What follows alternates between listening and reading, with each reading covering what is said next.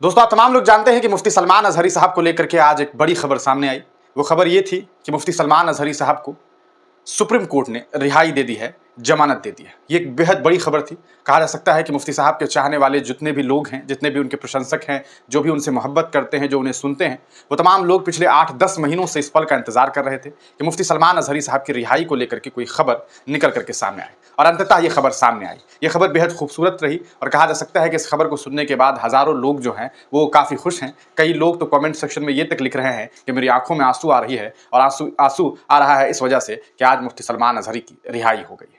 अब आपको बताएं कि आखिरकार कोर्ट में क्या कुछ हुआ। हमने आपसे ये बात कही थी कि मुफ्ती साहब की रिहाई तो हो गई है, लेकिन हुआ क्या? पासा हटा, बेल मिली, क्या कुछ हुआ? और चूंकि फाइनल डिसीजन है तो ये आप इस केस को इस तरह से समझिए कि ये जो केस है वो आने वाले वक्त में कई सारे लोगों के जो केसेस होंगे उसको भी ये हैंडल करेगा। जब कोई किसी और अन्य कहा सकता है कि मौलाना पर, मुफ्ती पर अगर इस तरह के कानून जो है वो लगा दिए जाएंगे, पासा जैसे कानून, तो मुफ्ती साहब का जो मामला रहेगा, जो इनका कहा सकता है, जो इनको लेकर के जो फैसला सुप्रीम कोर्ट ने दिया है, ऐतिहासिक फैसला, ये फैसला जो है वो अन्य केस में कोर्ट किया जाएगा।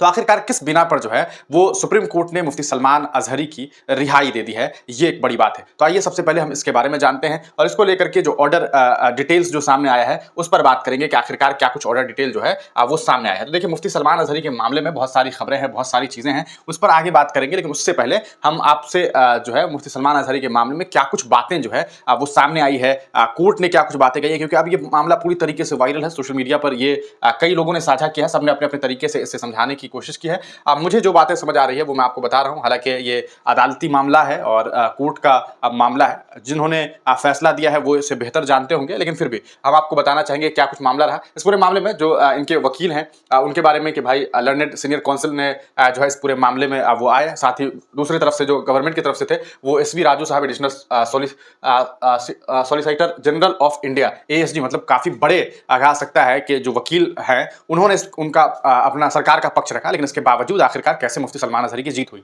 ये देखेंगे। और learned council appearing for the respondents, यहाँ पर ये बात सामने आई है। आगे चलिए देखते हैं। The present appeal is directed against the judgment and order dated 29 जुलाई 2024। आप तमाम लोग जानते हैं कि 29 जुलाई 2024 को जो है वो मुफ्ती सलमान अजहरी साहब के ऊपर जो हाई कोर्ट ने सीधे तौर पर ये कहा था कि भैया इनके ऊपर पासा लगा रहेगा, क्योंकि इन्होंने जो स्पीच दिया है वो हेट स्पीच था, नफरत भरी बयानबाजी उनके द्वारा की गई थी। उससे पब्लिक ऑर्डर जो है वो खराब हुआ था, यानी कि नफरतें फैली और उस नफरत का नतीजा ये हुआ कि पब्लिक ऑर्डर, यानी कि जो लोग हैं, आम जो लोग हैं, उन पर इसका इफेक्ट पड़ा। ये बातें हाई कोर्ट ने जो है वो कबूला था। अहमदाबाद ने इस पूरे मामले को लेकर के जो है 39/71/2024 को सुना था। Dismissing the prayer of the appellate seeking writ of habeas corpus challenging the detention order dated 16 Feb 2024 issued by the district magistrate Junagadh के जो कलेक्टर साहब थे। उन्होंने, आपको याद होगा, 16 फरवरी वो तारीख जब इनके ऊपर जो है वो पासा लगा दिया गया था, ये बात कहा गया है।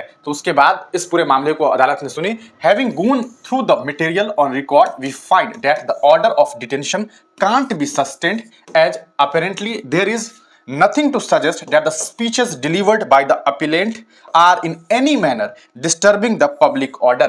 तो सुप्रीम कोर्ट ने इस बात को सीधे तौर पर ये बात कह दी है। सुप्रीम कोर्ट ने, देखिए, सीधे तौर पर, सीधे लफ्जों में ये बात सुप्रीम कोर्ट ने कहा है कि मुफ्ती सलमान अजहरी ने जो बातें कही, जो उनका स्पीच था, वो किसी भी तरीके से डिस्टर्बिंग द पब्लिक ऑर्डर, यानी कि पब्लिक ऑर्डर को डिस्टर्ब करने वाला बयान वो नहीं था।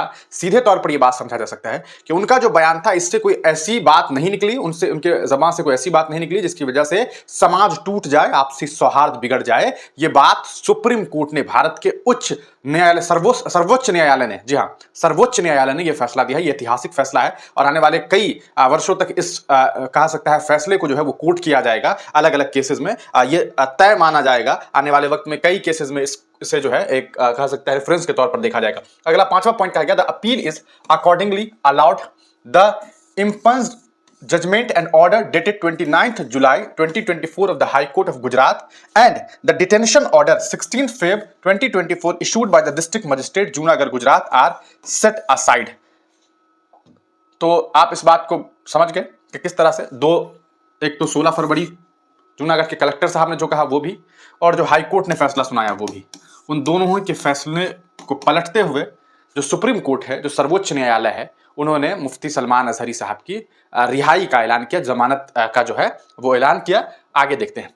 The appellant will be set at liberty forthwith pending applications if any shall stand disposed of. ये 8वां पॉइंट भी बेहद जबरदस्त है। लेकिन 7वां पॉइंट आप देख रहे हैं, the appellant will be set at liberty forthwith, यानी कि आप समझ लीजिए कि मुफ्ती सलमान अजहरी की आज़ादी का ऐलान जो है वो सुप्रीम कोर्ट ने कर दिया। तो एक चीज समझ लीजिए, सिर्फ जमानत नहीं मिली है, पासा जो इम्पोज किया गया था इनके ऊपर उसे खत्म कर दिया गया। यानी कि 10 महीने एक व्यक्ति जेल में रहे, लगभग 9 महीने के आसपास, मुसलसल 8.5 महीना तो मान के चलिए ये आपको पासा के जुर्म में रहे। तो वो पासा जो है वो पूरी तरीके से गलत साबित हुआ और मुफ्ती सलमान अजहरी साहब को अंततः इंसाफ मिला। तमाम जो उनके प्रशंसक थे, जो लगातार उनके लिए दुआएं कर रहे थे, ये उनके लिए एक अच्छी खबर रही। लोगों ने बहुत सारी बातें कही, तरह तरह की बातें की गई, लेकिन अदालत ने अंततः बड़ा फैसला दिया और वो सच के साथ आए। और काबिल मुबारकबाद हैं जनाब जज साहब, जिन्होंने 2 जज के बेंच थे और बेंच था ये, और उन्होंने जो फैसला दिया है वो वाकई शानदार है। और मुझे लगता है कि शायद अगर न्यायिक प्रक्रिया, न्यायिक व्यवस्था जो हिंदुस्तान की है वो अगर बहुत स्पीड से काम किया करती, तो शायद मुफ्ती सलमान अजहरी साहब को इतने दिनों तक जेल में ना रहना पड़ता। ये मामला सिर्फ मुफ्ती सलमान अजहरी का नहीं है। अगर आप इस मामले को देखने की कोशिश करें तो आपको समझ आए कि हिंदुस्तान में रोज़ कई सारे लोगों की गिरफ्तारियां होती हैं। उनमें कई सारे लोग ऐसे होते हैं जो बेकसूर होते हैं, किसी न किसी के आरोप में सिर्फ उन्हें अपराधी के तौर पर देख लिया जाता है और उन्हें बंद कर दिया जाता है। जब ट्रायल होता है लॉ के ज़रिए, कोर्ट के ज़रिए, तब बाद में पता चलता है कि वो इंसान जो है वो बेकसूर है। अभी कल ही मैं खबर पढ़ रहा था, एक व्यक्ति के ऊपर जो है 4 साल पहले एक बच्ची ने, एक लड़की ने ये आरोप लगाया कि उसने उसका बलात्कार किया है। 4 साल तक मुसलसल वो लड़का जो है वो जेल में रहा और अब ये साबित हुआ कि असल में वो रेप कभी हुआ ही नहीं था, वो एक फर्जी कहानी थी। अब सोच लीजिए 4 साल किसी की ज़िंदगी बर्बाद हुई, उनके ऊपर ये आरोप लगा रहा, वो नौजवान जो जेल में रहा होगा उसके ऊपर हमेशा से ये बात लोगों ने समाज में फैला दिया होगा कि देखो वो तो बलात्कारी है, बलात्कारी है, बलात्कारी है। जैसे मुफ्ती सलमान अजहरी साहब के मामले में मेन स्ट्रीम मीडिया ने क्या कहा कि भड़काऊ भाषण दिया, भड़काऊ है, जहरीला बयान दिया, इस तरह की बातें उनको लेकर के कही गई। उन तमाम लोगों को तो माफ़ी माँगनी चाहिए कि आखिरकार उन लोगों ने इस तरह की घटिया बातें क्यों की, क्यों एक कहा सकता है धर्मगुरु को लेकर के इस तरह की टिप्पणी की। वहीं इस पूरे मामले में जो है आप ये बात समझ गए। अब एक चीज़ है कि pending applications if any shall stand disposed of, यानी कि इस तरह इस मामले को लेकर के अगर और भी कोई मामलात हैं तो उसे भी खत्म कर दिया जाना चाहिए। तो मुझे लगता है कि इस मामले से जो है इस फैसले से मुफ्ती साहब को गुजरात में जो 3 जगह पर उनके ऊपर केसेस हुआ था, जूनागढ़ में, मोडासा में और एक और जो जगह है कच्छ में, उन केसेस के भी खत्म होने में जो है वो बड़ा हेल्प मिलेगा। क्योंकि ये जो फैसला है इसे कोर्ट करके ये बातें आराम से बताई जा सकती है कि जब सर्वोच्च न्यायालय ने कहा कि वो हेट स्पीच नहीं है, तो फिर लोअर कोर्ट कभी भी सुप्रीम कोर्ट का फैसला जो है वो पलट नहीं सकते। देखिए सीधे तौर पर आप ये बेहतर जानते हैं ना कि एक होता है डिस्ट्रिक्ट कोर्ट, एक होता है हाई कोर्ट, एक होता है सुप्रीम कोर्ट।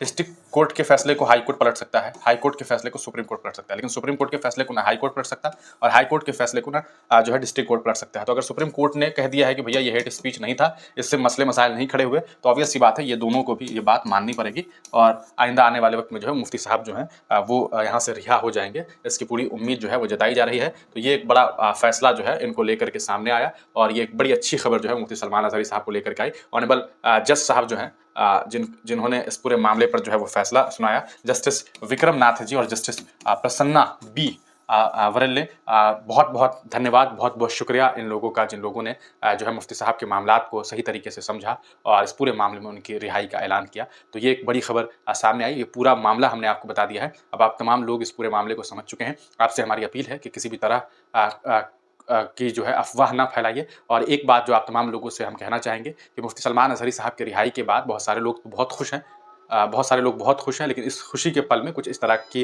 बात मत कीजिएगा, कुछ इस तरह के वीडियोज़ मत बनाइएगा, कुछ ऐसी एडिटिंग्स मत कीजिएगा जो सही तरीके से सामने ना आए। आप पेश कुछ और करना चाहें और पेश कुछ और हो जाए, उससे हो सकता है कि फिर कोई उन्हें दिक्कत हो। तो ये इस चीज़ का ख्याल रखा जाए। और ये चीज़ मैं इसलिए कह रहा हूँ क्योंकि बहुत सारे उनके फॉलोअर्स ने मुझसे ये बात कही कि मैं आप लोगों के ज़रिए आप लोगों तक जो है ये बात जो है हमारे चैनल के ज़रिए पहुंचा दें। तो ये पूरा का पूरा मामला रहा। अब आपको एक चीज़ और मैं इस पूरे मामले में जो है वो बता दूं कि ये तो मैंने आपको बता दिया कि आखिरकार क्या कुछ बातें जो है वो सामने आई। इस पूरे मामले को लेकर के लाइव लॉ जो है वो आप जो तमाम लोग अगर वाकिफ़ होंगे लाइव लॉ को लेकर के, तो लाइव लॉ जो है वो एक ऐसी वेबसाइट है जो जनरली करती क्या है कि अच्छा ये इसमें अभी शो नहीं कर रहा है। बेसिकली मुझे लगता है कि इसमें पेज में कोई मसला आ रहा है।